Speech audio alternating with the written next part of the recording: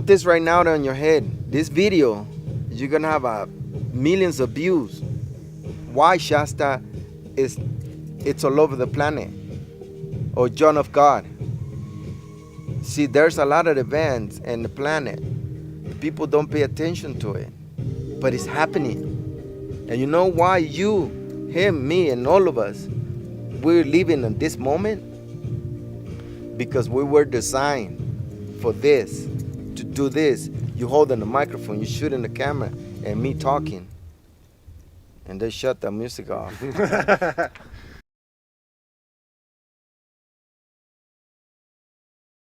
They say in Shasta that the Lemurians live under the mountain. And so there's been, all kinds of stories about sightings and the different cloud formations and extraterrestrials that still live inside the mountain and the Lemurians. But I believe that there were civilizations, and they probably still exist, the Lemurians and the Atlantis civilization. There's a definite woo-woo aspect to it. And so for me, what I do is real. It's grounded in, astrology, which is an ancient spiritual science. It's not, I'm not like, well, just, wow, you just vibrate and you'll just vibrate right out of here. So it's about being real too, and it's about speaking up and saying, you know what, these chemtrails are bullshit. They're poisoning us. They really are. I mean, aluminum, barium, strontium, they're spraying viruses, they're spraying, what did somebody say the other day? There was another element that was, human plasma. Somebody stopped by here and said, did you know they're spraying human plasma in the chemtrails?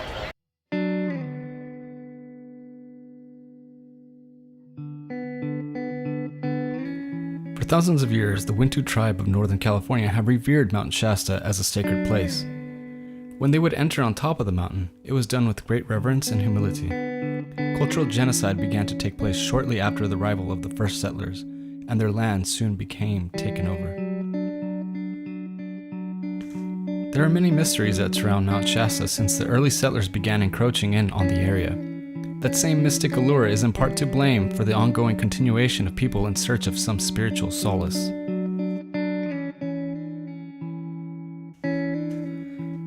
In the early 1900s, there were mentions of an ancient race of people living underneath Mount Shasta. According to sources, they were survivors of an ancient civilization that once existed in the Pacific Ocean, called Lemuria.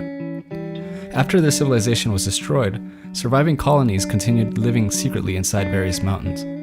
Around Shasta, several claims describe them as being tall, strange Caucasian-looking people who dress in robes, who would on occasion be seen visiting the small towns nearby. By the 1930s, word quickly began to spread of these ancient inhabitants of Mount Shasta, and the Lemurian craze began. Claims of entering their secret chambers filled with treasures ran rampant, and people began to throw explosives into the caves and shooting wildly into the darkness in hopes of capturing a Lemurian. Afterwards, new claims began to spring up of ascended masters visiting the mountain, and slowly, New Age cults began to form. This grew and grew until the mountain became overrun with various cults, sects, and pseudo-spiritualists. Today, everything from vortex tours to shamanic retreats offer participants new life-changing experiences at a hefty fee, and are all part of the money-making economy that surround Mount Shasta. In contrast to the Wintu tribal members alive today, the thought of people running around conducting pseudo-Native American ceremonies on top of the mountain is a blatant disregard for their heritage and culture. Is there something more to Mount Shasta than some fanatical people running around with crystals tied around their necks? Or is there some deep connection that draws people to the mountain? Or is it all just delusions brought upon by overactive imaginations? You decide.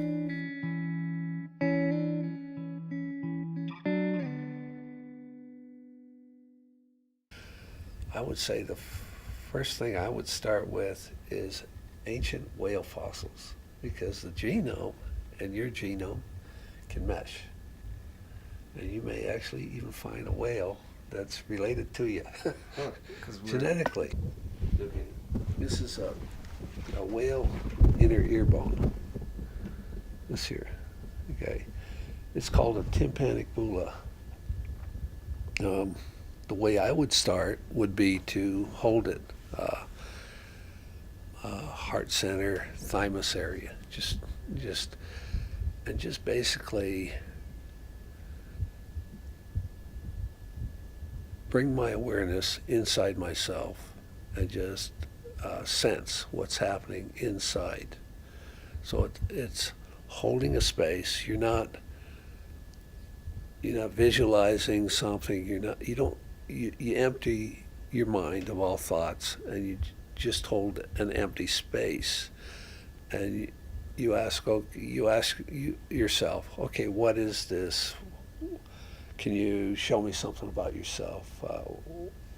Experience. So you just hold it and allow that to come into the space. So you're not really doing anything except creating an empty space for an experience to occur. As to what type of experience, that would be unique in the moment to the experiencer, if there's an experience. Totems that the indigenous tribes had all around the world. The whales were at the top of the totem. They were regarded very sacred. They had some very deep connection to all the people. There was something very benevolent, very mystical, very special about these beings. The other thing that's amazing about the whales is the connection, the ancient whales to the ancient dragons. So the whales would offer themselves, their flesh, when they died, to the dragons, and the dragons would do the same, and that would keep the genetics pure. So it would be like a spiritual preservation of consciousness.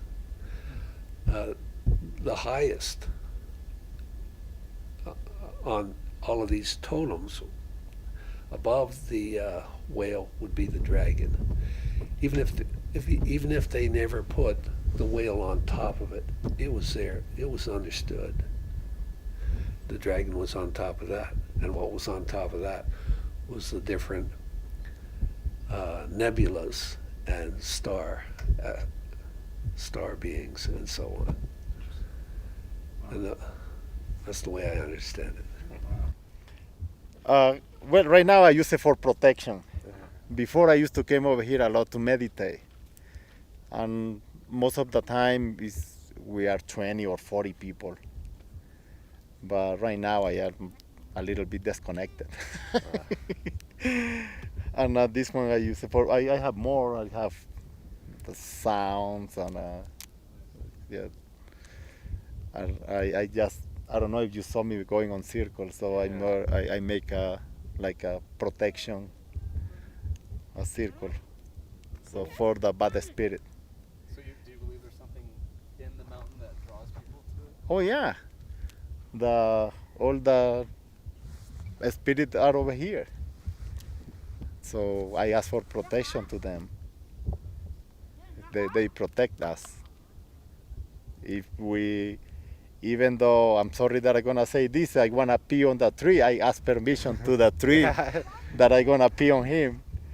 But people doesn't believe on that. They don't care about the tree, but they are life. Over here, even we step on a lot of ants over here. We kill them. We don't care.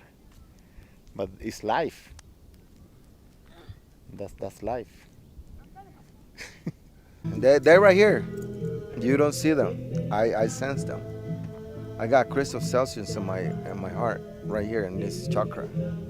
They implant those crystals to anybody that is open to the experience, to help the world, to help the people around them. It's an energy that it comes from the universe. It lands on the planet and it goes all over, but when it goes on you, you got the crystals. When it comes to you, you spread all over people around you. And I got my experience over here with the connection with the planet. I had It's a very strong experience. I got a dimensional door open right there behind the tent last year, and I had to talk to a spirit of a bear. Yeah, right there, and that was the bonfire that I had it on. So it's been a lot of strong spirits over there. They inject something in my finger, and I feel the sensation that it comes to my head. As soon as it got here, I passed out. I fell asleep because everybody was meditating with the eyes closed, and I had my eyes on, and I was looking everything. I was seeing everything. I saw Terrell standing right there, watching us, and there was a lot of beings on top of around us, on top of our heads. They had their hands, working on us. And then I saw a little star that it land right on the side of the circle that we were meditating. I saw the little star, and then a big spaceship light up over there on top of those trees, and it was like a oval figure, but huge. And then light up, I saw windows, I saw all kinds of people inside, and then it went off, it disappeared. Just got here yesterday, but apparently the Pleiadians do land. I just heard a story from, I forget her name, she's a local here, she's been up here for 10 years. She's got the long blonde hair. Oh, okay, she's back there. She's gonna have stories for you. That's probably who it was. Oh, yeah. Yeah, and really sweet woman. I went in through a field earlier today, and I was really drawn to it, so I laid down in the center, and then anyways, I was talking to her about it, and she was saying that's where they land. But yeah, so that's what drew me here. Also, I've been in Bali for the last year, where I haven't been like really outdoors, and I've just really been missing my tent and some nature walking, and yeah. Oh, absolutely. Yeah, I'm super sensitive to energy. In my opinion, with my personal experience with spirituality and psychic phenomenon and different things, every person's going to have a different experience. And it's not necessarily like this huge thing, like hearing a tree fall down. Like, it's really going to be huge. But it can be for some people, and it isn't for others. But it can be also very just subtle, and to where it can begin to move energy in the person's body, so that maybe suppressed emotions and things start to come up. And that's why a lot of people can't handle it, because it's not always easy for people to feel what they've been avoiding and not wanting to look at. So when they go to a place where those things start to move, they're like, oh, I'm getting out of here. So that might be some of the intense things. But that's just one little example. But yeah, there are vortexes that I've felt already. It is powerful. I haven't slept in 5 days. So, yeah, but I just got here, so we'll see. Maybe if you come back in a week, I might have a different story. Cool. Y de repente como que ese mismo me paró. Me vuelvo a parar, pero no era a mi voluntad, ¿no? Que como que él estaba dominando. Y sentí pues esa fricción que me hizo temblar. Pero me dio terror, cerré los ojos y adentro de mi cabeza le veo la cara. Y yo dije, Dios mío, ¿qué está pasando aquí? Y abrí los ojos y lo veo parado ahí. Volví a cerrar y lo veo adentro. Y entonces me quedé con los ojos cerrados, porque ya no quería saber qué tenía que pasar ahí. Yo ignoraba bastante.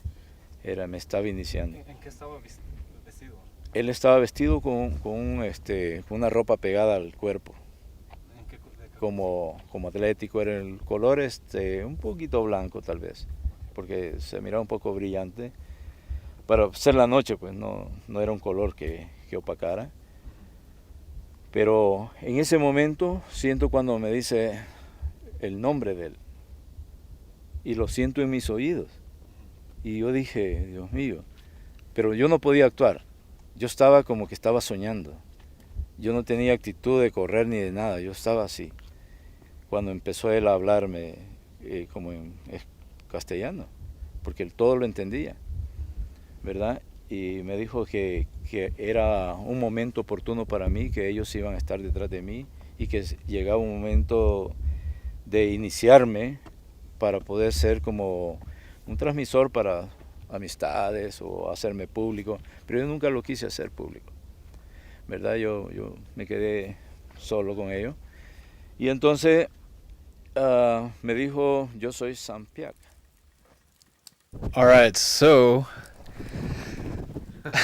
this is so bizarre. All right, so we randomly came to this campsite just on a whim. We went up a random freaking road, and then, oh my God, did you hear that?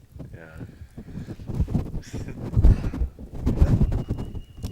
Weird stuff's happening. So we came up this dirt road, and for whatever reason, we decided to go up this isolated way around part of the meadow, and we decided to pitch our tent right here. Anyways, as we started walking out, we noticed a weird figure 8 with a circle around it, and we kind of laughed it off, but then That was just some hippies or something. Like just some. yeah, we thought it was just like some random, just a random structure somebody thought up in their head and blah, blah, blah. Anyways, as soon as the sun set, we noticed a car pull up and a family get out and go straight to the figure 8. And at which point, we asked the guy if he would be willing to be interviewed, because we were going around previously and interviewing people. But then he refused to be filmed. However, Danny was smart enough and awesome enough. Wait, you didn't want to be. No, he didn't want to be filmed, but luckily luckily you turned on the recorder and you got it all. I don't speak Spanish, so it was just. So it was a good call on your part. I just was like, let's roll. Like, So we had it rolling. I mean, I was ready to take a picture at least or start the camera, but he was really humble. He was like, very cool.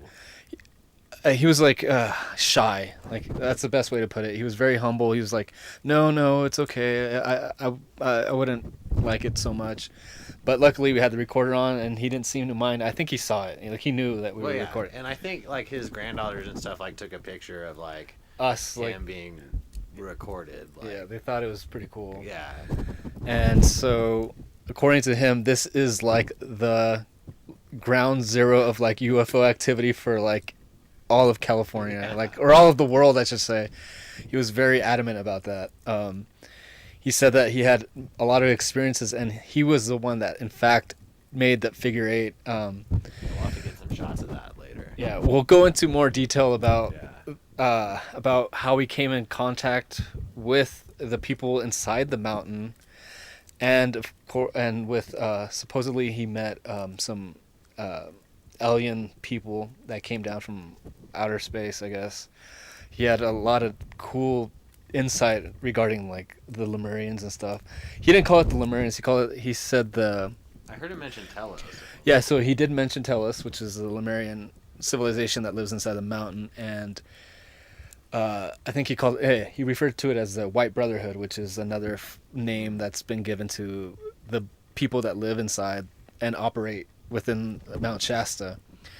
But he was the one that was given these plans to basically help spread the word that there's ascended masters living within Mount Shasta. And so, yeah.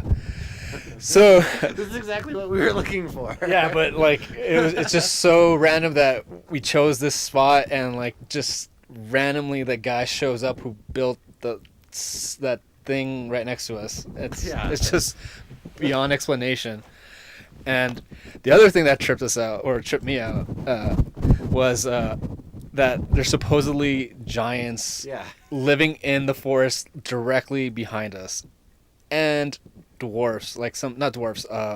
He called them duendes, which is like a I don't want to say goblin, but they're like small creatures, like what's a word like?